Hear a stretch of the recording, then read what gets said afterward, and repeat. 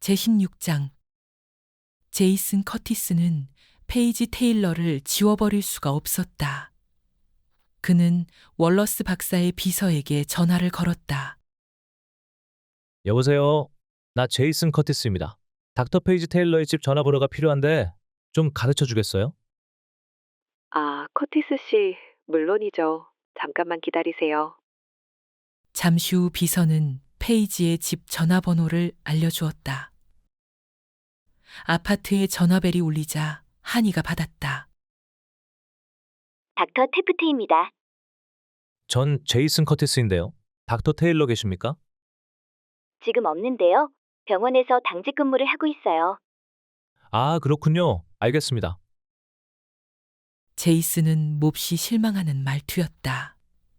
한이는 좀 미안한 생각이 들었다. 급한 일이라면 어떻게 연락을 해보. 아니, 괜찮습니다. 그럼 커티스 씨가 전화했었다고 메모를 남기지요. 전화하라고 할까요? 그렇게 해주시면 감사하겠습니다. 제이슨은 자신의 전화번호를 말해주었다. 틀림없이 전해줄게요. 감사합니다. 제이슨 커티스라는 사람이 전화했었어. 페이지가 집에 돌아오자 한이가 말했다. 예의 바르고 아주 괜찮은 사람 같던데? 전화 좀 해달라고 했어. 이게 그 사람 전화번호야. 한이는 메모지를 내밀었다. 없애버려. 전화 안 해줄 거야? 안 해. 너 아직도 알프레드를 잊지 못하는 거지? 천만에. 알프레드와는 아무 상관도 없어. 페이지는 더 이상 입을 열지 않았다. 제이슨은 이틀을 기다리다가 다시 전화했다. 이번에는 페이지가 전화를 받았다. 닥터 테일러입니다. 안녕하세요. 제이슨이 말했다. 전 닥터 커티스입니다. 닥터 누구시라고요? 저를 기억 못하실지도 모르겠군요. 제이슨이 말했다. 왜 지난번 회진 때 가운 안 입었다고 야단 맞은 사람 기억나십니까? 회진이 끝났을 때 함께 저녁 식사하자고 했었죠. 닥터 테일러는 난 시간이 없다고 했는데요. 지금도 마찬가지예요. 커티스 씨, 안녕히 계세요. 그녀는 전화를 끊어버렸다.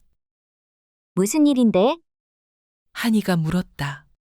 아무것도 아니야. 다음 날 아침 6시, 페이지가 레지던트 여러 명을 데리고 회진을 시작하려는데 제이슨 커티스가 나타났다. 이번에는 가운을 제대로 입고 있었다. 아, 간신히 시간을 맞추었네요. 제이슨이 밝은 표정으로 말했다. 가운을 얻어 입느라 하마터면 늦을 뻔했어요. 그냥 나타났다가는 닥터 테일러에게 또 야단 맞을 것 같아서. 페이지는 어이가 없었다. 화가 치밀어 오르는 것을 간신히 참고 숨을 깊이 들이마셨다. 잠깐 저쪽으로 가죠. 제이슨을 비어있는 의사 탈의실로 데리고 갔다. 대체 지금 뭘 하자는 거예요? 사실은 지난번 회진 때 본 환자들이 어떻게 되었나 궁금해서 왔어요. 제이슨이 진지한 표정으로 말했다. 그 사람들 생각을 떨쳐버릴 수가 없었어요. 잘 회복되고 있는지 직접 보고 싶었습니다. 제이슨의 넉살에 페이지는 얼른 대꾸할 말을 찾지 못했다.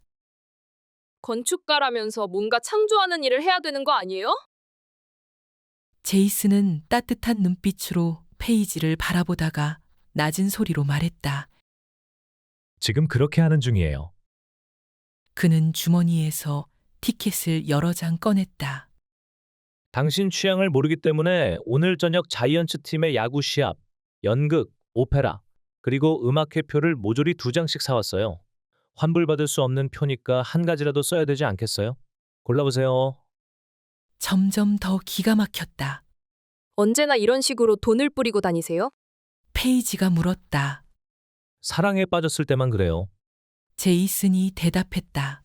아니, 그게 무슨 소리. 제이슨은 손짓으로 그녀의 말을 막고 다시 표를 내밀었다. 자, 골라보세요. 페이지는 그가 들고 있는 표를 모두 건네받았다. 정말 고마워요. 정중하게 인사하고 다시 말을 이었다. 내 외래 환자들에게 주겠어요. 그 사람들은 대부분 이런 구경을 평생 한 번도 못할 사람들이죠. 제이슨은 미소 지었다. 좋은 생각이에요. 그 사람들이 즐겁게 구경하면 좋겠어요. 그럼 저녁 식사나 같이 하는 게 어때요? 생각 없어요. 어차피 저녁 식사는 하실 것 아닙니까?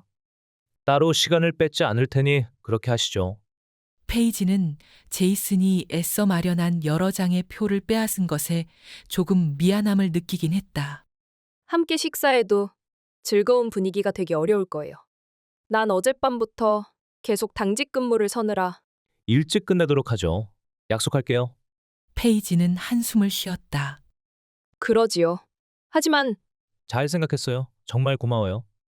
그럼 몇 시쯤 올까요? 저녁 7시에 끝나는데 그럼 7시에 오겠습니다. 그는 크게 하품을 했다. 난 집에 가서 한숨 더 자야겠어요. 어떻게 매일 꼭두 새벽부터 근무해야 되는 직업을 선택했지요? 이게 어디 아름다운 여자가 할 일이에요? 돌아서는 제이슨의 뒷모습을 보면서 페이지의 얼굴에는 자신도 모르게 미소가 떠올랐다. 그날 저녁 7시에 제이슨은 페이지를 데리러 병원으로 다시 갔다. 닥터 테일러를 찾으니 당직 간호사가 말했다. 아마 지금 당직자 휴게실에 있을 거예요. 고마워요. 제이슨은 휴게실을 찾아 복도를 따라갔다. 휴게실 문은 닫혀 있었다. 노크해봤지만 아무 반응이 없었다. 다시 한번 노크하고는 문을 열고 안으로 들어갔다. 페이지는 간이 침대에 누워 깊은 잠에 빠져 있었다. 제이슨은 다가가서 한참 동안 잠든 페이지의 얼굴을 내려다보고 서 있었다. 난 반드시 당신과 결혼할 거야. 그는 말없이 한동안 그대로 서 있다가 발소리를 죽여 방을 나와 조용히 문을 닫았다. 다음 날 아침 제이슨이 사무실에서 회의를 하고 있을 때 비서가 작은 꽃다발을 들고 들어왔다. 꽃다발에 붙여진 카드를 꺼내 보았다. 정말 미안하게 됐어요. RIP.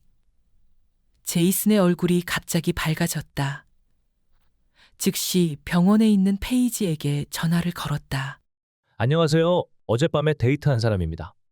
어제는 정말 미안하게 됐어요. 페이지가 말했다. 그런 실수는 처음이에요. 뭐라고 사과해야 될지. 천만에. 사과라니요. 괜찮습니다. 그런데 한 가지 물어볼 게 있어요. 뭔데요? RIP라는 게 영원히 잠들다의 약자는 아니겠죠? 페이지는 웃음을 참을 수 없었다. 좋을 대로 해석하세요. 좋을 대로 해석하면 오늘 저녁 식사를 함께 할 수 있다는 걸로 생각해도 되겠어요? 페이지는 잠시 망설였다. 또다시 남자와 깊은 관계가 되는 것은 싫어. 한이가 그랬었지. 너 아직도 알프레드를 잊지 못하는 거지? 여보세요? 여보세요? 지금 오늘 일정을 챙겨보는 중이에요. 저녁 식사 한 번쯤은 괜찮을 거야. 페이지는 마음을 정했다. 좋아요. 저녁 때 만나죠. 고맙습니다. 저녁 때 페이지가 외출복으로 갈아입고 있는데 캐트가 들어왔다. 무슨 좋은 일이라도 있어? 오랜만에 그렇게 차려입으니 말이야. 데이트 상대가 누구야? 의사 및 건축가야. 페이지가 대답했다. 뭐라고? 그런 직업도 있어? 페이지는 제이슨을 만난 경위를 설명했다. 아주 괜찮은 사람 같은데 앞으로 잘 될 것 같아? 그냥 저녁 한번 같이 하는 것뿐이야. 그날 저녁 페이지는 오랜만에 즐거운 시간을 가질 수 있었다. 제이슨과 함께 있는 것이 편하게 느껴졌다. 두 사람은 아직 서로를 잘 몰랐기 때문에 깊은 얘기는 할 수 없었지만 화제는 끝이 없었다. 즐겁게 얘기하느라고 시간 가는 줄 몰랐다. 자신에 대한 얘기 좀 해봐요. 제이슨이 말했다. 어디서 자랐어요? 말해도 믿지 않을걸요? 믿을 테니까 말해봐요. 좋아요. 콩고, 인도, 버마, 나이지리아, 그리고 케냐. 저런, 그건 못 믿겠는데요? 그것 봐요. 안 믿을 거라고 했잖아요. 그렇지만 사실이에요. 아버지가 WHO에 근무하셨거든요. WHO? 그건 또 뭡니까? 지금 무슨 수수께끼 게임을 하는 건 아니죠? WHO는 세계보건기구라고. UN 산하기구예요. 아버지는 의사로서 WHO에서 일하셨죠. 전 어릴 때 아버지를 따라 제3세계의 빈곤한 나라들을 돌아다녔어요. 고생이 아주 심했겠군요. 좀 고생스러워도 흥미있고 보람을 느낄 때도 많았어요. 가장 어려웠던 것은 친구를 사귈 만큼 한 군데 오래 머물지 못하는 것이었어요. 페이지, 난 아무도 없어도 외롭지 않아. 너만 있으면 돼. 내 아내 캐런 터너입니다. 페이지는 애써 추억을 떨쳐버렸다. 난 그 덕분에 낯선 언어와 생소한 풍습을 여러 가지 알게 됐어요. 그거 참 재밌겠는데요. 그런 얘기 좀 해봐요. 글쎄, 어떤 게 재밌을까? 페이지는 잠시 생각했다. 예를 들면 인도 사람들은 죽은 다음 다시 태어난다고 믿어요. 어떻게 다시 태어날지는 현세에 어떤 사람이었는지가 결정한다고 믿지요. 나쁜 짓을 많이 하면 내세에는 짐승으로 태어난다는 거예요. 그곳 어느 마을에 살 때 우리는 개 한 마리를 길렀는데 난 전생에 어떤 사람이 무슨 짓을 하다가 저 개가 되었을까 궁금해했었어요. 아마 엉뚱한 짓을 하다가 그렇게 됐겠지요. 제이슨이 말했다. 페이지는 미소 지으며 말을 이었다. 그리고 게라우라는 게 있었어요. 게라우라니요? 아주 별난 처벌이지요. 굉장히 무서워더래요. 여러 사람이 죄 지은 사람을 둘러싸는 거예요. 그래서? 그뿐이에요. 그뿐이라니. 그게 무슨 처벌이 돼요? 아무 말 없이 건드리지도 않고 그냥 둘러싸고만 있는 거예요. 그러나 죄를 지은 사람은 꼼짝할 수 없지요. 물론 달아날 수도 없고요. 그런 상태로 몇 시간, 며칠이라도 죄를 자백하고 그 대가를 치르겠다고 약속할 때까지 계속되는 거예요. 둘러싼 사람들은 교대할 수 있지만 갇힌 사람은 꼼짝 못하기 때문에 대개는 쉽게 항복하게 돼요. 게라우에서 도망치려는 것을 한번 본 적이 있어요. 그 사람은 몰매를 맞아 그 자리에서 죽었어요. 몸서리 쳐지는 기억이었다. 보통 때는 온순하고 친절하던 사람들이 갑자기 미친 듯 소리 지르며 달려들어 도망치는 사람을 때려 죽이는 것이었다. 어서 여기서 빠져나가자. 알프레드가 소리쳤었다. 그는 페이지의 손을 잡고 뒷골목으로 군중을 피해 달아났었다. 거참, 무시무시한데. 제이슨이 말했다. 다음 날 아버지가 우리를 그 마을에서 떠나게 했어요. 아버님을 만나뵐 수 있었으면 좋았을 텐데. 정말 훌륭한 의사셨어요. 뉴욕에 그냥 계셨다면 부와 명예를 함께 누리셨을 텐데. 그런 것에는 조금도 흥미가 없으셨어요. 불쌍한 사람들 돕는 일에만 열심이셨지요. 알프레드도 그랬었지. 페이지는 생각했다. 지금 아버님은 어디 계세요? 내가 의과대학에 가기 전 아프리카에서 부족전쟁통에 돌아가셨어요. 그런 분이 정말 안 됐군요. 아버지는 불쌍한 사람들 돌보는 일을 천직으로 생각하시고 항상 기쁜 마음으로 어려운 환경에서 일하셨어요. 미개한 나라, 거기서도 문명과 가장 동떨어진 지방으로 가면 원주민들이 처음에는 잘 받아들이지 않아요. 대개가 미신적이기 때문에 자신들 전통과 다른 치료법을 쉽게 이해할 수 없는 거죠. 인도의 어느 시골 마을에서는 동네 무당이 마을 주민 한 사람 한 사람의 사주팔자를 알려주면 모두 그렇게 되는 것으로 믿고 살아요. 페이지는 그 추억에 미소 지었다. 어릴 때 그 무당이 내 사주팔자를 말해주는 게 아주 재밌었어요. 혹시 그 무당이 나중에 잘생긴 건축 설계사와 결혼하게 된다고 말하지 않았나요? 페이지는 제이슨의 얼굴을 똑바로 쳐다보며 말했다. 아니요? 갑자기 대화의 방향이 바뀌는 것을 바로잡아야겠다고 생각했다. 제이슨, 건축 설계사니까 이 얘기에 흥미를 느낄 거예요. 나는 어릴 때 주로 맨 땅바닥에 풀잎으로 벽과 지붕을 덮은 투쿨이라는 데서 살았어요. 초가 지붕에는 쥐와 박쥐가 드나들었죠. 그때 나는 푸른 잔디와 흰 나무 담장에 둘러싸인 예쁜 2층 집에 사는 게 꿈이었어요. 잔디밭 쪽으로 베란다가 있는 그런 집 말이에요. 페이지는 순간 말이 너무 많았다고 생각되었다. 미안해요. 너무 재미없는 얘기를 장황하게 늘어놓아서. 옛날 얘기를 하다 보니 그만. 아니, 정말 재미있게 들었어요. 제이슨이 말했다. 페이지는 시계를 보았다. 아니, 벌써 시간이 이렇게 늦은 줄 몰랐어요. 나머지 얘기는 나중에 들려주세요. 제이슨이 말했다. 공연히 기대하도록 자꾸 만나서는 안 돼? 페이지는 생각했다. 너무 졸라서 한 번 만나준 것뿐인데? 순간 캐트의 말이 떠올랐다. 넌 알프레드의 그늘을 벗어나지 못했어. 이젠 그만 잊어버려. 그녀는 제이슨을 쳐다보며 대답했다. 좋아요. 다음 날 아침 일찍 누군가가 아파트 문을 두드렸다. 문을 열자 소포 배달원이 큼직한 상자를 들고 있었다.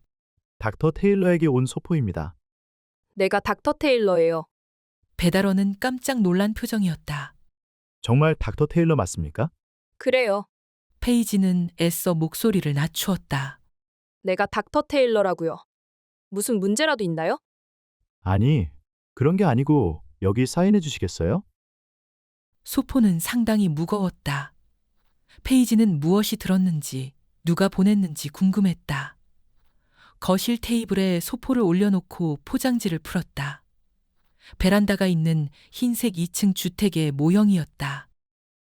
집 앞에는 잔디밭과 정원이 펼쳐져 있고 그 주위에는 흰 나무 담장이 둘러져 있었다.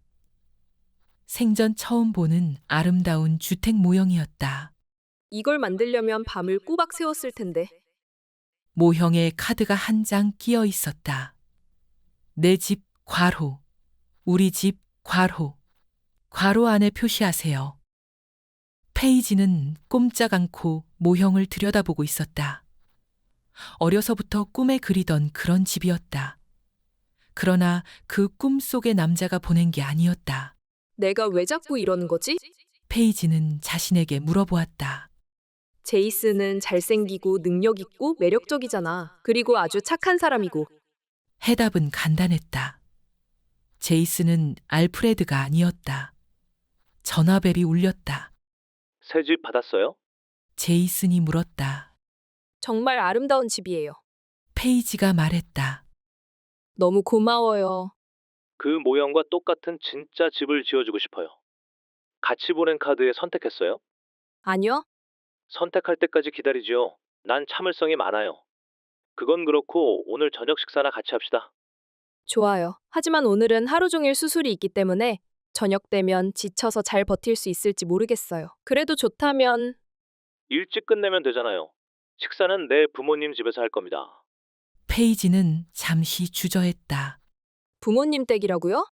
부모님께 닥터 테일러 얘기를 했더니 초대하라고 하시더군요. 좋아요. 대답을 하고 보니 갑자기 제이슨의 부모를 만난다는 것에 신경이 쓰였다. 한 번밖에 데이트하지 않은 제이슨이 벌써 부모님을 소개하는 것은 너무 서두르는 느낌이었다. 전화를 끊고 페이지는 생각해 보았다. 아무래도 오늘 저녁에 제이슨의 부모님을 만나는 것은 무리야. 오늘 근무가 끝나면 너무 지쳐서 눈 붙일 생각밖에 없을 텐데. 다시 전화해서 저녁 약속을 취소할까 생각했다. 그건 너무 큰 실례잖아. 빨리 끝내고 오면 되겠지. 그날 저녁 페이지가 외출복으로 갈아입고 있을 때 캐트가 말했다. 곧 쓰러질 것 같아 지쳐 보이는데. 사실 그래. 그럼 뭐 때문에 나가는 거야? 그냥 잠이나 자지. 무슨 특별한 일이라도 있어? 오늘은 좀 나가봐야 돼서. 또 제이슨을 만나는 거야? 그래. 오늘은 그의 부모님을 만나게 됐어. 아, 그래. 캐트는 고개를 설레설레 저었다. 뭐 그렇게 심각한 건 아니야. 페이지가 말했다. 정말이야. 제이슨의 부모님은 샌프란시스코에서 가장 전망이 좋은 퍼시픽 하이츠 구역의 품위 있는 19세 기풍 주택에 살고 있었다. 아버지는 귀족적인 풍모의 70대 노인이었고 어머니는 상냥하고 소탈한 성격이었다. 두 사람은 스스럼 없이 그녀를 따뜻하게 맞았고 페이지는 금세 긴장이 풀리는 것을 느꼈다. 제이슨한테서 닥터 테일러 얘기 많이 들었어요. 커티스 부인이 말했다. 왜 이렇게 아름다운 사람이라는 말은 하지 않았는지 모르겠네. 감사합니다. 그들은 서재로 들어갔다. 방 안은 제이슨과 그의 아버지가 설계했던 건물 모형으로 가득 차 있었다. 제이슨과 나, 그리고 제이슨의 증조부님, 우리 커티스 집안의 세 사람이 오늘날 샌프란시스코 도시 경관의 상당 부분을 설계했죠. 아버지가 말했다. 그 중에서도 제이슨이 가장 뛰어난 설계사랍니다. 페이지는 제가 그런 사람이라고 여러 번 말했는데도 잘 안 믿는 것 같아요. 제이슨이 말했다. 페이지가 웃으며 말했다. 아니, 믿어요, 정말. 눈꺼풀이 점점 무거워졌다. 졸음을 참아내려고 속으로 안간힘을 썼다. 제이슨은 페이지의 얼굴을 보고 걱정스러운 표정이 되었다. 자, 이제 식사를 시작하는 게 어때요? 그가 말했다.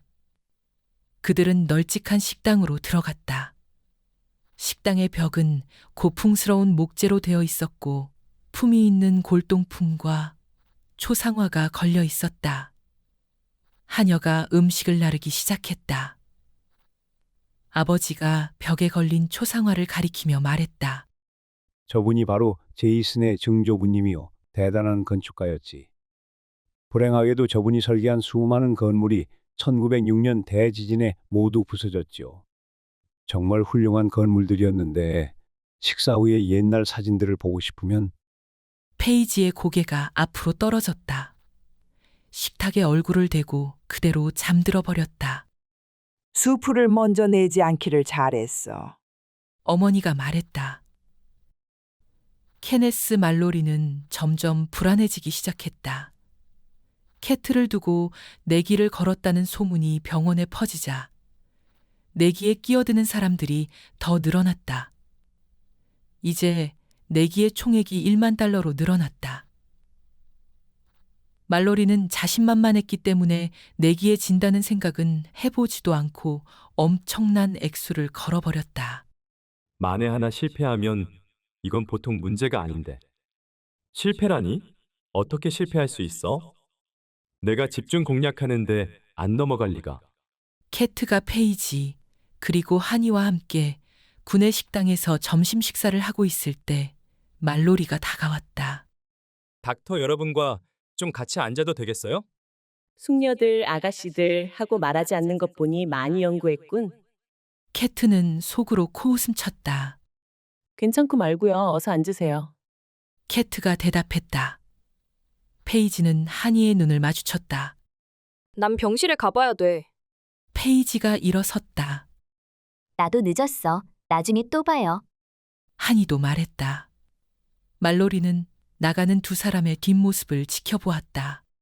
오늘 아침에도 정신없이 바빴어요? 말로리가 입을 열었다.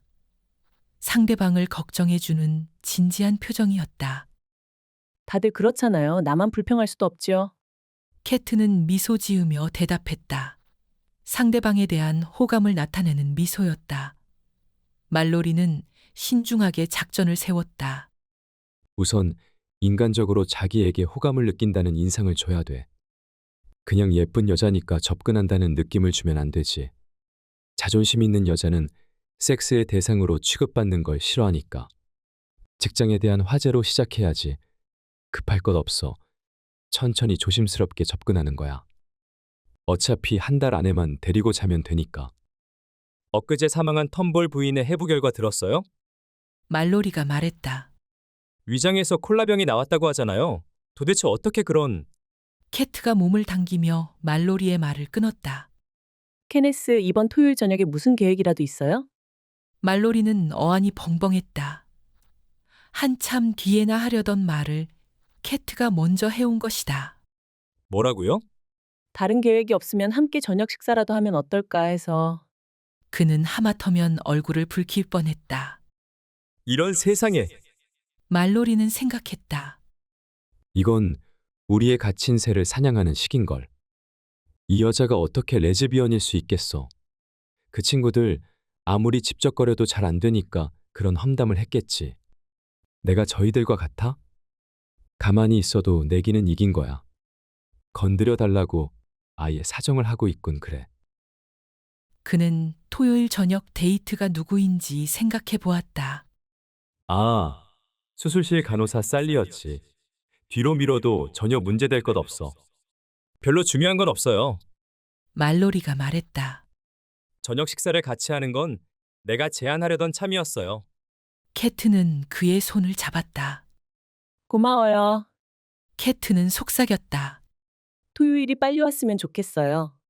말로리는 싱글거리며 말했다. 나도 그래요. 이 아가씨야, 내가 토요일이 얼마나 기다려지는지 상상도 못할 걸. 1만 달러가 생기는 거라고. 그날 오후 캐트는 페이지와 하니에게 말로리와 한 대화를 그대로 말해주었다. 입이 벌어져서 다물지를 못하더라고. 캐트가 웃으며 말했다. 그때 그자의 표정은 정말 볼만했어. 고양이가 생선을 통째로 삼키고 시치미 떼는 표정인 거야. 페이지가 말했다. 내 이름대로 네가 고양이고 그자가 생선이란 사실을 잊으면 안 돼. 토요일 저녁에 어떻게 할 거야? 하니가 물었다. 어떻게 하는 게 좋을까? 이렇게 하면 어떨까? 페이지가 말했다.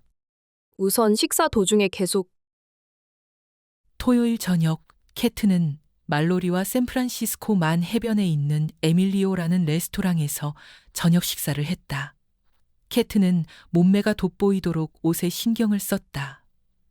어깨가 완전히 드러나는 흰면 드레스를 입었다. 오늘은 더욱 아름답군요. 말로리가 말했다. 그는 자신의 말투에도 세심하게 신경을 썼다. 칭찬을 해줘야 돼. 하지만 지나친 표현은 안 되지. 접근하고 싶다는 표시를 하더라도 너무 서두르면 안 돼. 말로리는 캐트를 유혹하기 위해 온갖 신경을 다 쏟았지만 그럴 필요가 없었다. 캐트가 자신을 유혹하려는 것이 너무나 뻔했기 때문이다. 칵테일을 마실 때 캐트가 말했다. 케네스, 모두들 당신이 뛰어난 의사라고 칭찬이 자자하던데요. 글쎄, 말로리는 겸손한 표정으로 말했다. 난 좋은 의과대학에서 수준 높은 교육을 받았어요. 그러나 나에게 더 중요한 건 환자들을 돕는 것이에요. 그들이 회복될 때가 나에겐 가장 기쁠 때지요. 그는 진지한 표정이었다. 캐트는 말로리의 손을 잡았다. 정말 훌륭해요. 그런데 고향이 어디예요? 난 당신에 관한 모든 것을 알고 싶어요. 닥터 케네스 말로리가 아니라 인간 케네스 말로리 말이에요. 이런 세상에. 말로리는 생각했다. 이건 바로 내가 여자들 꼬실 때 쓰는 수법인데. 그는 일이 너무 쉽게 풀리는 것이 믿어지지 않았다. 여자를 다루는 일만은 천재적이라고 자부하고 있었다. 여자들의 심리를 정확하게 파악하고 굳이 말로 표현하지 않아도 무엇을 원하는지를 알 수 있다고 생각했다. 말할 때의 표정, 미소, 목소리의 높낮이만으로도 알 수 있는 것이다. 그러나 캐트와의 대화에서는 자신의 그런 능력이 전혀 필요하지 않았다. 캐트는 몸을 앞으로 내밀고 허스키한 목소리로 다시 말했다. 당신에 관한 모든 것을 알고 싶어요. 말로리는 저녁 식사를 하는 동안 계속 자신에 관해 이야기했다. 자연스럽게 화제를 바꾸어 캐트에 관해 들으려 할 때마다 그녀는 고집을 피웠다. 아니, 그게 아니고 당신 얘기를 더 듣고 싶어요. 정말 재미있어요. 당신이 자라난 과정은 책을 써도 되겠어요. 벌써 홀딱 빠졌구만. 말로리는 판단했다. 왜 내기를 더 걸지 않았는지 후회되었다. 오늘 저녁이라도 해치울 수 있겠는데. 식사 후 커피가 나오자 캐트가 말했다. 내 아파트로 가서 한 잔 더 하시겠어요? 말로리는 오늘 저녁에 내기가 끝날 것이라는 확신이 생겼다. 말로리는 캐트의 팔을 더듬으며 부드럽게 말했다. 정말 좋은 생각이요. 그 친구들 모두 돌았어.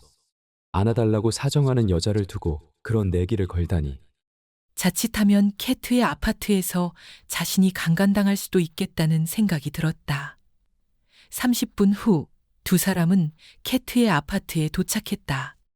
집이 좋은데요? 말로리가 방 안을 둘러보며 말했다. 아주 좋은 아파트예요. 여기서 혼자 살아요? 아니요, 닥터 테일러, 닥터 테프트와 같이 살아요. 아, 그렇군요. 말로리는 실망하는 표정이 역력했다. 캐트는 그에게 은근한 미소를 보내며 말했다. 하지만 두 사람은 병원에서 아주 늦게 돌아올 거예요. 말로리는 활짝 웃는 얼굴이 되었다. 거참, 좋은 소식이네요. 한잔 하시겠어요? 좋지요. 그는 한쪽에 있는 바로 가서 술을 따르는 캐트를 찬찬히 훑어보았다. 몸매가 아주 훌륭해. 얼굴도 매력적이고. 이런 여자를 데리고 자는데 오히려 1만 달러가 생긴다니. 거참 괜찮은데. 말로리는 혼자 소리내어 웃었다. 캐트가 고개를 돌렸다. 뭐가 그렇게 우스워요? 별것 아니요? 그냥 당신과 단둘이 이런 시간을 갖는 게 실감이 안 나서 그런가 봐요. 나도 꿈을 꾸는 것 같아요. 캐트는 웃는 얼굴로 말하고 말로리에게 술잔을 건넸다. 그는 술잔을 쳐들고 말했다. 자, 우리 건배. 캐트가 재빨리 말을 끊었다. 우리의 만남을 위하여. 그는 고개를 끄덕이며 말했다. 우리의 만남을 위하여. 말로리가 음악을 좀 틀면 좋겠는데 하고 말하려는 순간 캐트가 말했다. 음악 좀 들으실래요? 어떻게 내 생각을 그렇게 잘 알지요? 캐트는 콜 포터의 감미로운 음악을 틀었다. 그녀는 시간에 신경이 쓰인다는 듯 시계를 들여다보고 말로리에게 말했다. 춤 한번 추실래요? 말로리는 그녀에게 다가갔다. 나는 아무하고나 춤추는 것은 좋아하지 않지만 당신과는 추고 싶어요. 두 사람은 감미로운 블루스 음악에 맞춰 천천히 춤추기 시작했다. 말로리는 캐트가 몸을 밀착해 오는 것을 느끼고 자신도 모르게 흥분되었다. 그는 캐트를 잡고 있던 팔에 힘을 주었다. 그녀는 미소 띈 얼굴로 그와 눈을 마주쳤다. 이제 결정적인 순간이 왔군. 당신은 정말 매력적이야. 말로리는 허스키한 목소리로 말했다. 당신을 처음 본 순간부터 난 마음이 끌렸어. 캐트는 그의 눈을 들여다보며 말했다. 케네스, 나도 마찬가지예요. 두 사람의 얼굴이 가까워지고 뜨거운 키스가 길게 이어졌다. 우리 침실로 들어가지. 가쁜 숨을 몰아쉬며 말로리가 말했다. 좋아요. 말로리가 캐트의 팔을 잡은 채 침실로 들어가려는 순간 아파트 출입문이 열리면서 페이지와 하니가 들어왔다. 안녕하세요. 페이지는 케네스 말로리를 보고 놀라는 표정이었다. 닥터 말로리 아니에요? 우리 집에 어떻게... 아니, 저 사실은 저녁 식사를 같이 하고 잠깐 들른 거야. 캐트가 말했다. 말로리는 화가 치밀어 오르는 것을 억지로 참았다. 다 무르익어가던 판이 깨진 것이다. 그는 캐트에게 말했다. 그럼 난 이만 실례해야겠어요. 시간도 너무 늦었고 내일은 일요일이지만 근무해야 되니까요. 그냥 가게 돼서 섭섭해요. 캐트가 말했다. 얼굴에는 못내 아쉽다는 표정이 역력했다. 말로리가 말했다. 내일 저녁에 만나면 어떻겠어요? 꼭 만나고 싶어요. 그럼 내일 봅시다. 하지만 내일은 피치 못할 일이 있어서. 그럼 다음 금요일은 어때요? 캐트는 얼굴을 찌푸렸다. 이런, 다음 금요일에도 피치 못할 일이 있는데요. 말로리는 조급해졌다. 그럼 토요일은 어때요? 캐트가 미소 지었다. 좋아요. 토요일엔 아무 일 없어요. 말로리는 속으로 안도의 숨을 쉬며 고개를 끄덕였다. 좋아요. 그럼 토요일에 만납시다. 그는 페이지와 하니에게 고개를 돌렸다. 자, 그럼 안녕히 계십시오. 안녕히 가세요. 캐트는 문 밖까지 말로리를 배웅했다. 그럼 편히 쉬세요. 아쉬운 표정으로 말했다. 전 아마 당신 꿈을 꿀 거예요. 말로리는 그녀의 손을 힘주어 잡았다. 그 꿈은 반드시 실현될 거요. 다음 토요일에 오늘 아쉬웠던 것까지 즐기면 되잖소. 빨리 토요일이 왔으면 좋겠어요. 그날 밤 캐트는 침대에 누워 말로리 생각을 해보았다. 근본적으로 그녀는 말로리 같은 남자를 증오했다. 그러나 자신이 그날 저녁 데이트를 즐겼다는 사실에 놀라지 않을 수 없었다. 말로리 역시 연극에 불과하지만 자신과의 데이트를 즐긴 것이 분명했다. 이게 피차 연극이 아니고 진실이었다면 캐트는 생각해 보았다. 하지만 그 연극이 얼마나 위험한 것인지 꿈에도 생각지 못하고 있었다. 제17장 아마 날씨 때문일 거야. 페이지는 한숨을 쉬며 생각했다. 잿빛 구름이 덮여 있는 하늘에선 줄기차게 비가 내리고 있었다. 축축한 습기 때문에 한층 더 음산한 느낌이었다. 새벽 6시 출근 후 문제는 끊이질 않았다. 환자들은 아픈 데도 없으면서 의사들을 괴롭히려고 찾아온 사람같이 보였다. 모든 불평을 의사에게 한꺼번에 쏟아놓는 것이었다. 또 간호사들은 무뚝뚝했고 일에는 전혀 신경 쓰지 않는 것 같았다. 엉뚱한 환자를 체열하는가 하면 급히 필요한 넥스선 사진을 잃어버리고 환자들에게는 톡톡 쏘아댔다. 엎친 데 덮친 격으로 독감이 유행해 결근한 직원이 많았다. 안 그래도 부족한 인원이 더 줄어든 것이다. 뭐 하나 제대로 되는 게 없는 날이었다. 그나마 제이슨이 전화해 주어 약간 위안이 되었다. 여보세요? 제이슨의 밝은 목소리였다. 우리 환자들이 어떻게 지내고 있는지 궁금해서 전화했어요. 그럭저럭 지내요. 혹시 점심 같이 할 시간 있어요? 페이지는 웃으며 대답했다. 점심이라고요? 병원에서 근무 중에 점심 먹을 시간이 어디 있어요? 오후 늦게 샌드위치라도 먹을 수 있으면 다행이죠. 지금 여기는 정신 없어요. 알았어요. 바쁜데 더 이상 붙잡지 않을게요. 저녁 때 다시 전화해도 괜찮겠죠? 그러세요. 가끔 이런 전화가 오는 게 안 오는 것보다 낫지. 그럼 안녕. 페이지는 그날 자정까지 잠시 쉴 틈도 없이 계속 일했다. 자정이 넘어 드디어 교대했을 때는 꼼짝도 못하고 그대로 쓰러질 것 같은 느낌이었다. 너무 지쳐 그냥 당직자 휴게실 간이 침대에 누워버리고 싶었다. 그러나 깨끗하고 편안한 집에서 푹 쉬고 싶은 생각에 서둘러 옷을 갈아입고 휘청거리는 걸음으로 엘리베이터로 갔다. 마침 닥터 피터슨이 지나가다가 그녀를 보고 걸음을 멈췄다. 아니, 이런... 피터슨이 말했다. 괜찮아요? 금방이라도 쓰러질 것 같은데. 페이지는 마지못해 웃어 보였다.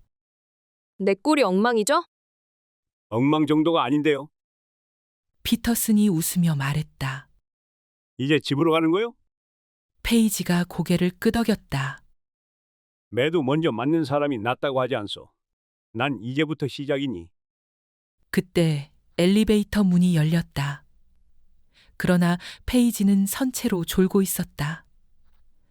피터슨이 조심스럽게 페이지를 흔들었다. 페이지. 그녀는 간신히 눈을 떴다. 응? 이래서야 운전하고 집에 갈 수 있겠어? 괜찮아요. 페이지는 중얼거렸다. 집에 가면 침대로 직행할 거예요. 앞으로 24시간 동안 잘 거라고요. 주차장으로 내려온 페이지는 휘청거리는 걸음으로 차를 찾아갔다. 문을 열고 운전석에 앉자 열쇠를 돌려 시동 거는 것도 귀찮았다. 여기서 잠들면 안 돼. 어떻게든 집에 가서 편히 쉬어야지. 페이지는 주차장을 빠져나와 집으로 차를 몰았다. 반은 졸고 있었기 때문에 자신이 얼마나 위험하게 운전하고 있는지 전혀 감각이 없었다. 비틀거리는 페이지의 차를 간신히 피한 운전사가 소리쳤다. 야! 죽고 싶어. 그따위로 운전하는 거야? 주정뱅이 여편네 같으니라고. 페이지는 정신을 차리려고 안간힘을 썼다. 잠들면 안 돼. 절대 잠들면 안 돼. 라디오를 켜고 볼륨을 높였다. 가까스로 집에 도착해서도 차를 멈추고 한참 동안 그대로 앉아 있었다. 몇 번이나 고개를 흔들어 정신을 가다듬은 다음에야 차에서 내려 아파트로 올라갈 수 있었다. 캐트와 한이는 모두 깊이 잠들어 있었고 침대 옆 탁자의 시계는 1시를 가리키고 있었다. 벌써 새벽 1시야? 페이지는 옷을 벗으려 했지만 도저히 더 이상 움직일 수가 없었다. 옷을 입은 채 침대로 쓰러져 그대로 깊은 잠에 빠져들었다. 전화벨이 울리기 시작했다. 아득히 먼 딴 세상에서 울리는 듯한 그 소리에 문득 깨어났다. 다시 눈을 감았지만 계속 굴려대는 전화벨 소리가 머릿속을 바늘로 찔러대는 것 같았다. 할 수 없이 페이지는 더듬더듬 수화기를 집어들었다. 보세요. 닥터 테일러세요? 그래요. 목소리도 제대로 나오지 않았다. 바커 박사님이 급히 찾으세요. 응급수술에 보조해달라고요. 제사 수술실로 오세요. 페이지는 헛기침으로 목소리를 가다듬고 말했다. 뭔가 잘못된 것 아니에요? 난 조금 전에 근무가 끝났는데. 제사 수술실이에요. 바커 박사님이 기다리십니다. 페이지는 간신히 몸을 일으켜 앉았다. 아직도 잠에 취해서 제대로 정신을 차릴 수 없었다. 시계를 쳐다보았다. 4시 15분. 왜 이런 시간에 수술을 하는 건지, 왜 바커 박사가 자신에게 나오라고 했는지 알 수가 없었다. 자신의 환자 한 사람이 갑자기 상황이 나빠진 것 말고는 그럴 이유가 없었다. 페이지는 휘청거리며 화장실로 가서 얼굴에 찬물을 끼얹었다. 물기를 닦다가 거울에 비친 자신의 얼굴을 보게 되었다. 세상에, 어머니 또래처럼 나이 들어 보이잖아. 아니, 어머니도 이렇게 얼굴이 망가진 적은 없었어. 10분 후 페이지는 다시 병원으로 차를 몰았다. 차를 주차시키고 병동으로 들어가 엘리베이터를 타고 제사 수술실로 가는 동안 계속 졸고 있었다. 먼저 탈의실에 들어가 가운으로 갈아입고 손을 씻은 다음 수술실에 들어섰다. 3명의 간호사와 레지던트 한 사람이 바커 박사를 보조하고 있었다. 바커 박사가 들어오는 페이지를 보자마자 소리쳤다. 이게 뭐 하는 것이야? 흰 가운을 입고 들어오면 어떡해? 수술실에 들어올 때는 전신을 소독하고 수술복으로 갈아입어야 된다는 걸 아직도 몰라? 바커 박사의 고함에 페이지는 정신이 번쩍 들었다. 그러나 그의 냉랭한 태도에 화가 치밀어 오르기 시작했다. 대체 왜 그러세요? 이글거리는 눈초리로 바커 박사를 쏘아보며 말했다. 난 지금 비번이에요. 특별히 박사님이 찾는다고 해서 이틀 동안 한 잠도 못 잤지만 달려왔어요. 그럴 의무가. 나하고 말다툼하러 왔어? 바커 박사가 페이지의 말을 끊었다. 잔소리 말고 이리 와서 이 핀셋이나 잡아. 페이지는 수술대로 다가갔다. 자신이 환자가 아니고 처음 보는 사람이었다. 구태여 나를 끌어낼 이유가 없었잖아. 날 계속 괴롭히면 병원을 그만둘 거라고 생각하는 모양인데. 난 절대로 항복하지 않을 거야. 페이지는 바커 박사를 흘겨보면서 핀셋을 잡고 수술에 끼어들었다. 심장벽에 관상동맥이 막혀서 우회하는 새 혈관을 이식시키는 응급수술이었다. 벌써 가슴 한가운데부터 왼쪽 갈비뼈까지 전기톱으로 절개해 놓았고 심장과 혈관 등이 드러나 보였다.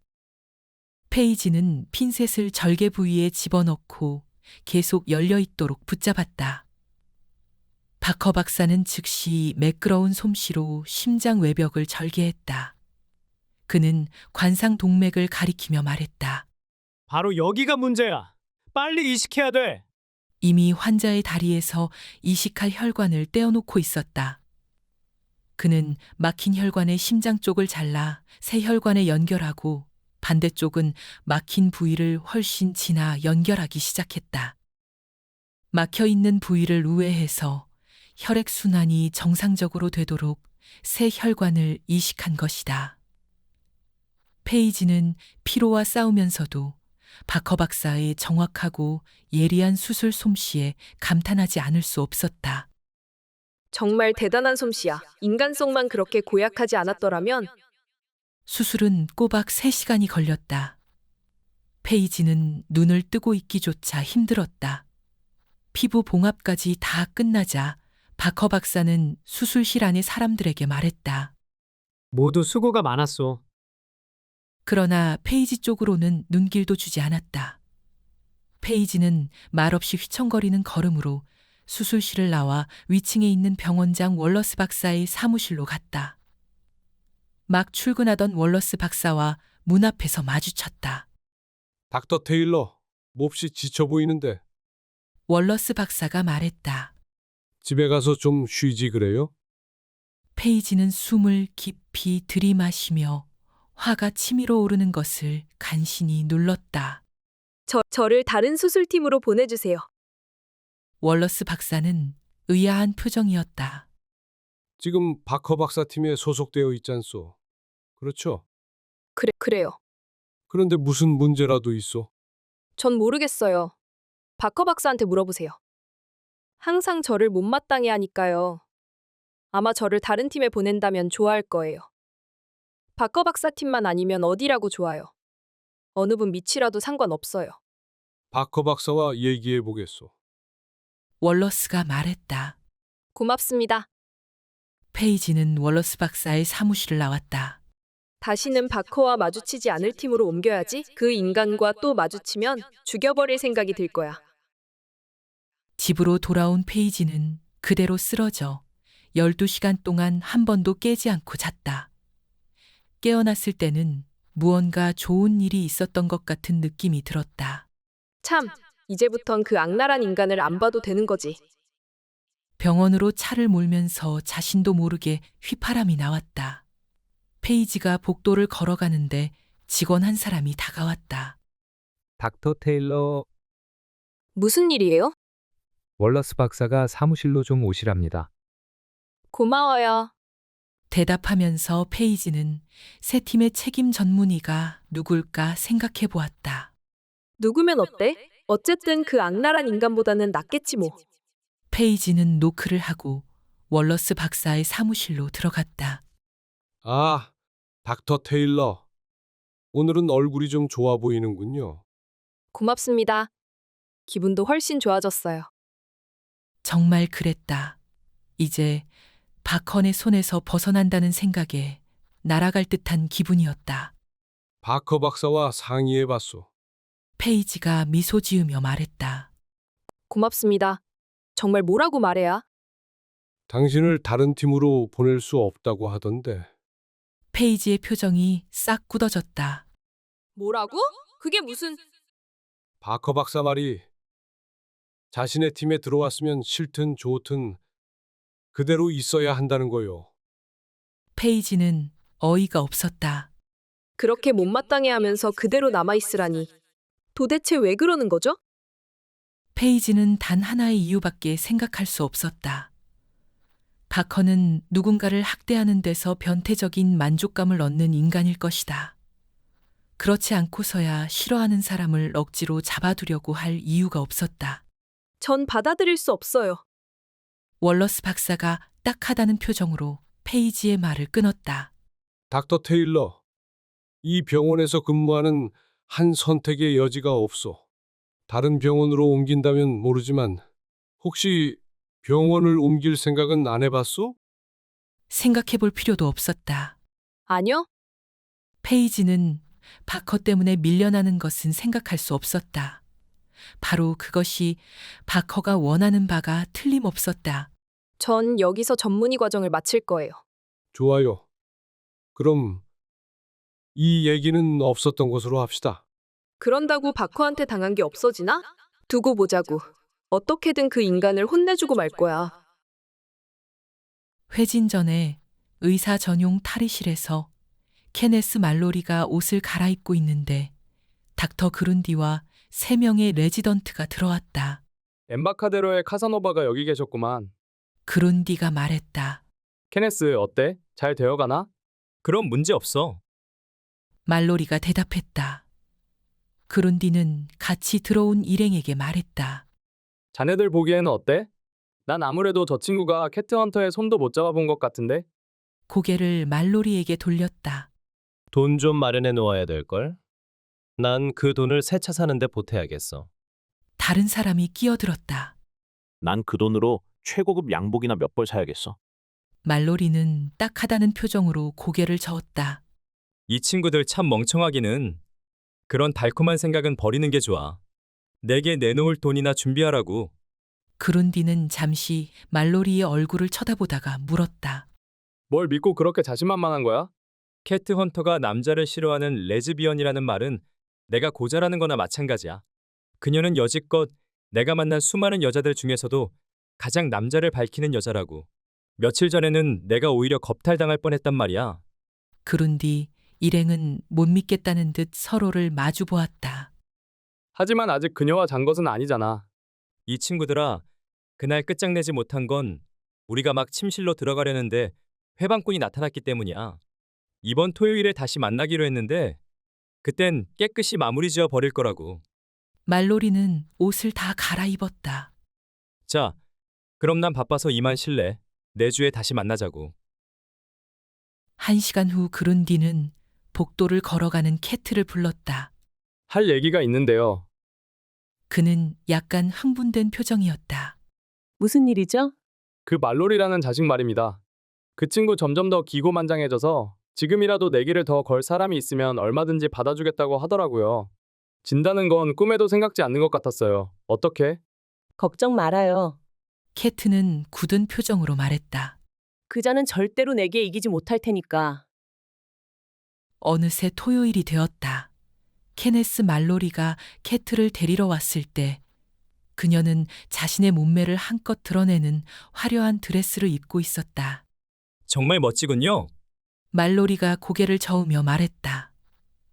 캐트가 그의 팔을 잡았다. 당신 같은 미남과 데이트하는데 나도 최대한 멋을 내야 되지 않겠어요?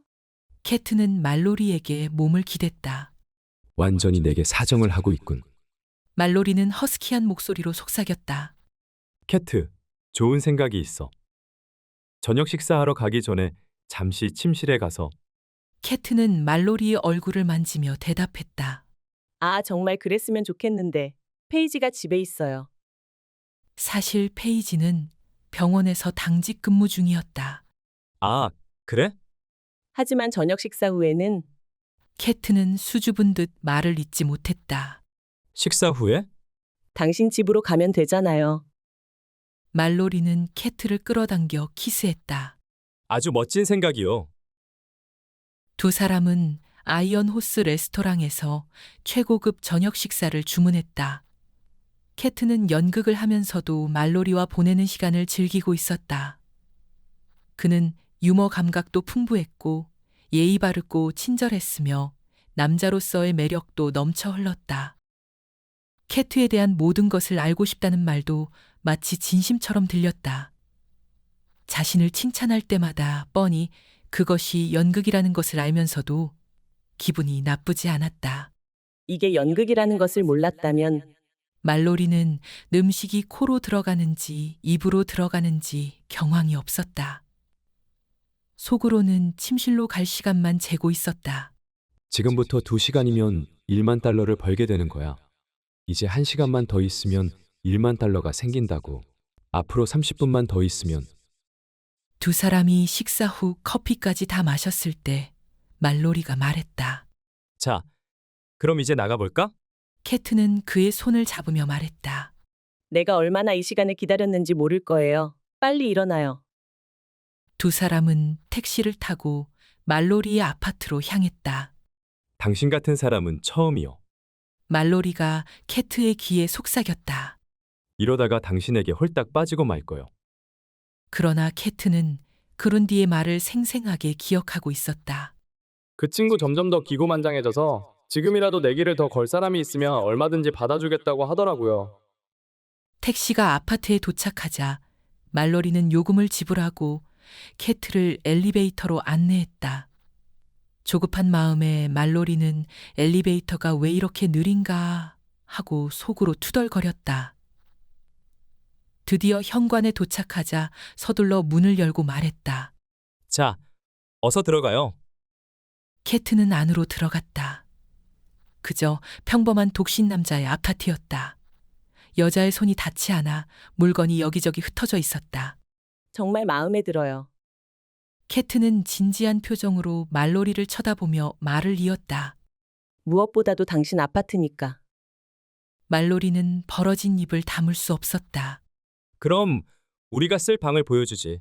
우선 음악부터 좀 틀고. 그가 음악을 틀려고 오디오 세트에 다가가자 캐트는 시계를 보고 시간을 확인했다. 바바라 스트라이젠드의 목소리가 흘러나왔다. 말로리는 캐트의 손을 잡아 끌었다. 자, 이제 침실로 들어가지. 잠깐만요. 캐트가 말했다. 말로리는 뜻밖이라는 듯 캐트의 얼굴을 쳐다보았다. 아니, 왜 그래? 잠시 이대로 이 순간을 음미하고 싶어서 그래요. 침실에 들어가서 더 가까워지기 전에. 침실에 들어가서 음미하면 되잖소? 우리 술 한 잔만 더 해요. 술? 그는 조급한 마음을 애써 내색하지 않았다. 한 잔쯤 더 하는 것도 괜찮지. 뭘로 할까? 보드카 토닉이면 좋겠어요. 그는 미소 지었다. 그 정도야 문제 없지. 그는 주방으로 가서 서둘러 보드카 토닉 2잔을 만들었다. 캐트는 다시 시계를 들여다보았다. 말로리는 술잔을 들고 돌아와 캐트에게 건네주었다. 자, 건배. 그는 술잔을 쳐들었다. 우리 둘만의 시간을 위해. 우리 둘만의 시간을 위해.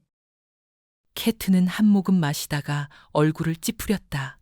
아니 이게 뭐지? 말로리는 깜짝 놀라 물었다. 왜 그러지? 이건 보드카 아니에요? 그래요. 보드카 토닉을 달라고 했잖소? 내가 그랬어요? 미안해요. 사실 난 보드카가 질색이거든요. 캐트는 말로리의 얼굴을 쓰다듬었다. 스카치 소다로 바꾸어 주실래요? 문제 없어. 말로리는 점점 더 조급해지는 마음을 꾹 누르고 다시 주방으로 가서 스카치 소다를 만들었다. 캐트는 다시 시계를 들여다보았다. 자, 여기 있어. 정말 고마워요. 캐트는 술을 두어 모금 마셨다. 말로리는 그녀의 잔을 받아 탁자 위에 놓고 팔을 벌려 캐트를 감싸 안았다. 캐트는 그의 몸이 벌써 흥분하기 시작한 것을 느낄 수 있었다. 자, 이제 말로리가 속삭였다. 우리 두 사람의 역사적인 순간이 왔어. 아, 그래요. 캐트가 말했다. 얼마나 기다렸는데. 그녀는 말로리가 이끄는 대로 침실로 들어갔다. 결국 해냈어. 말로리는 속으로 쾌재를 불렀다. 내가 해낸 거야. 이제 성력은 무너진 거야. 그는 캐트에게 말했다. 빨리 옷을 벗지. 당신이 먼저 벗어요. 당신이 벗는 모습을 보고 싶어요. 그래? 그래도 좋지. 캐트가 지켜보는 앞에서 말로리는 천천히 옷을 벗기 시작했다. 우선 윗도리를 벗고 타이를 풀고 셔츠를 벗었다. 구두와 양말을 벗고 나서 바지도 벗었다. 드디어 운동선수 같은 탄탄한 몸매가 드러났다. 이렇게 옷 벗는 것을 보는 게 좋아? 그럼요. 이젠 팬티도 벗어요. 말로리의 팬티가 천천히 방바닥으로 내려갔다. 그의 남성이 벌써 우뚝 솟아 있었다. 말로리, 당신은 정말 멋져요. 캐트가 말했다. 이젠 당신 차례야. 좋아요. 바로 그 순간 캐트의 삐삐가 울리기 시작했다. 말로리가 당황한 표정으로 말했다. 아니, 이게 무슨... 급한 일인 모양이에요. 캐트가 말했다. 전화 좀 해야겠어요. 지금 전화를 한다고?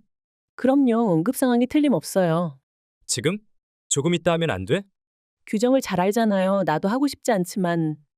하지만 캐트는 벌거벗은 채로 서 있는 말로리를 지나 전화에 다가가 다이얼을 돌렸다. 닥터 헌터예요. 잠시 듣고 있던 캐트가 다시 말했다. 그래요? 알았어요. 물론이지요. 곧 가도록 할게요. 말로리는 너희 없다는 표정이었다. 도대체 어떻게 된 거야? 바로 병원으로 가야겠어요. 지금 당장? 그래요. 내 환자 한 사람이 지금 위독하대요. 캐트, 잠깐 내 말 좀. 정말 미안해요. 우리야 다시 만나면 되잖아요. 옷을 벗은 채 말로리는 서둘러 나가는 캐트의 뒷모습을 바라보았다. 문이 닫히자 그는 탁자 위의 술잔을 벽으로 집어던졌다. 빌어먹을 망할년, 빌어먹을 망할년. 속으로 수없이 되씹었다. 캐트가 아파트에 돌아오자 페이지와 한이가 기다리고 있었다. 어떻게 됐어? 페이지가 물었다. 내가 시간을 제대로 맞췄어? 캐트는 웃으며 말했다. 아주 정확히 맞아떨어졌어. 그녀는 저녁에 있었던 일을 빠짐없이 얘기했다. 말로리가 벌거벗은 채 우뚝 솟은 남성을 드러내고 서 있는 장면을 설명하자 페이지와 한이는 눈물이 나올 정도로 배를 잡고 웃었다. 캐트는 케네스 말로리와 데이트한 시간이 사실 얼마나 즐거웠는지 두 사람에게 털어놓을까도 생각해 보았다. 그러나 너무 멍청한 소리 같아 그만두기로 했다. 말로리는 순전히 내기에 이기려고 자신을 유혹한 것이자는가? 그러나 페이지는 본능적으로 캐트의 마음을 눈치챈 것 같았다. 캐트, 그자를 조심해야 돼. 캐트는 미소 지었다. 걱정 마. 하기야 그자가 내기 때문에 나를 유혹한다는 것을 몰랐더라면 그자는 구렁이야. 아주 보기 좋은 구렁이지만 말이야. 언제 다시 만나기로 했어? 한이가 물었다. 한 일주일쯤 지나야 열기가 식지 않겠어? 페이지가 캐트의 얼굴을 쳐다보며 말했다. 누구의 열기 말이야? 루 디네토의 검은 리무진이 병원 입구에서 캐트를 기다리고 있었다. 이번에는 그림자 혼자였다. 캐트는 라이노가 있을 때 마음이 더 편했다. 왠지 그림자는 섬뜩한 느낌을 주었다.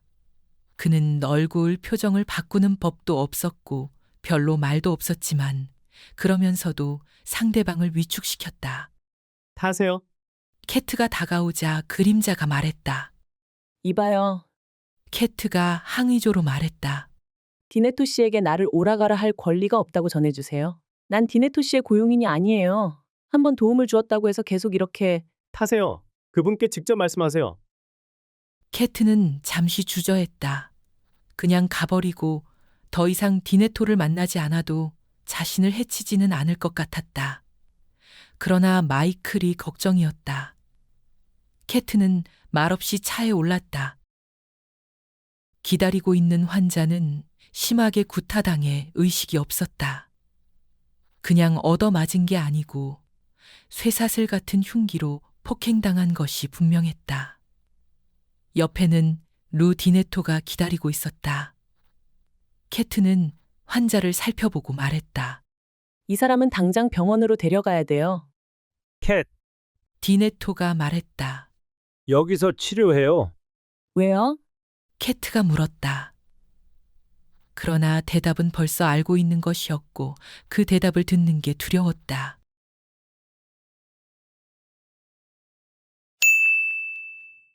반지는 작지만 그 의미는 결코 작지 않습니다. 평생을 함께할 반지, 제대로 알고 선택하는 게 중요합니다. 화면 우측 상단의 동영상 버튼을 클릭하시면 반지 선택 시 어떤 내용을 고려해야 하는지 알 수 있습니다.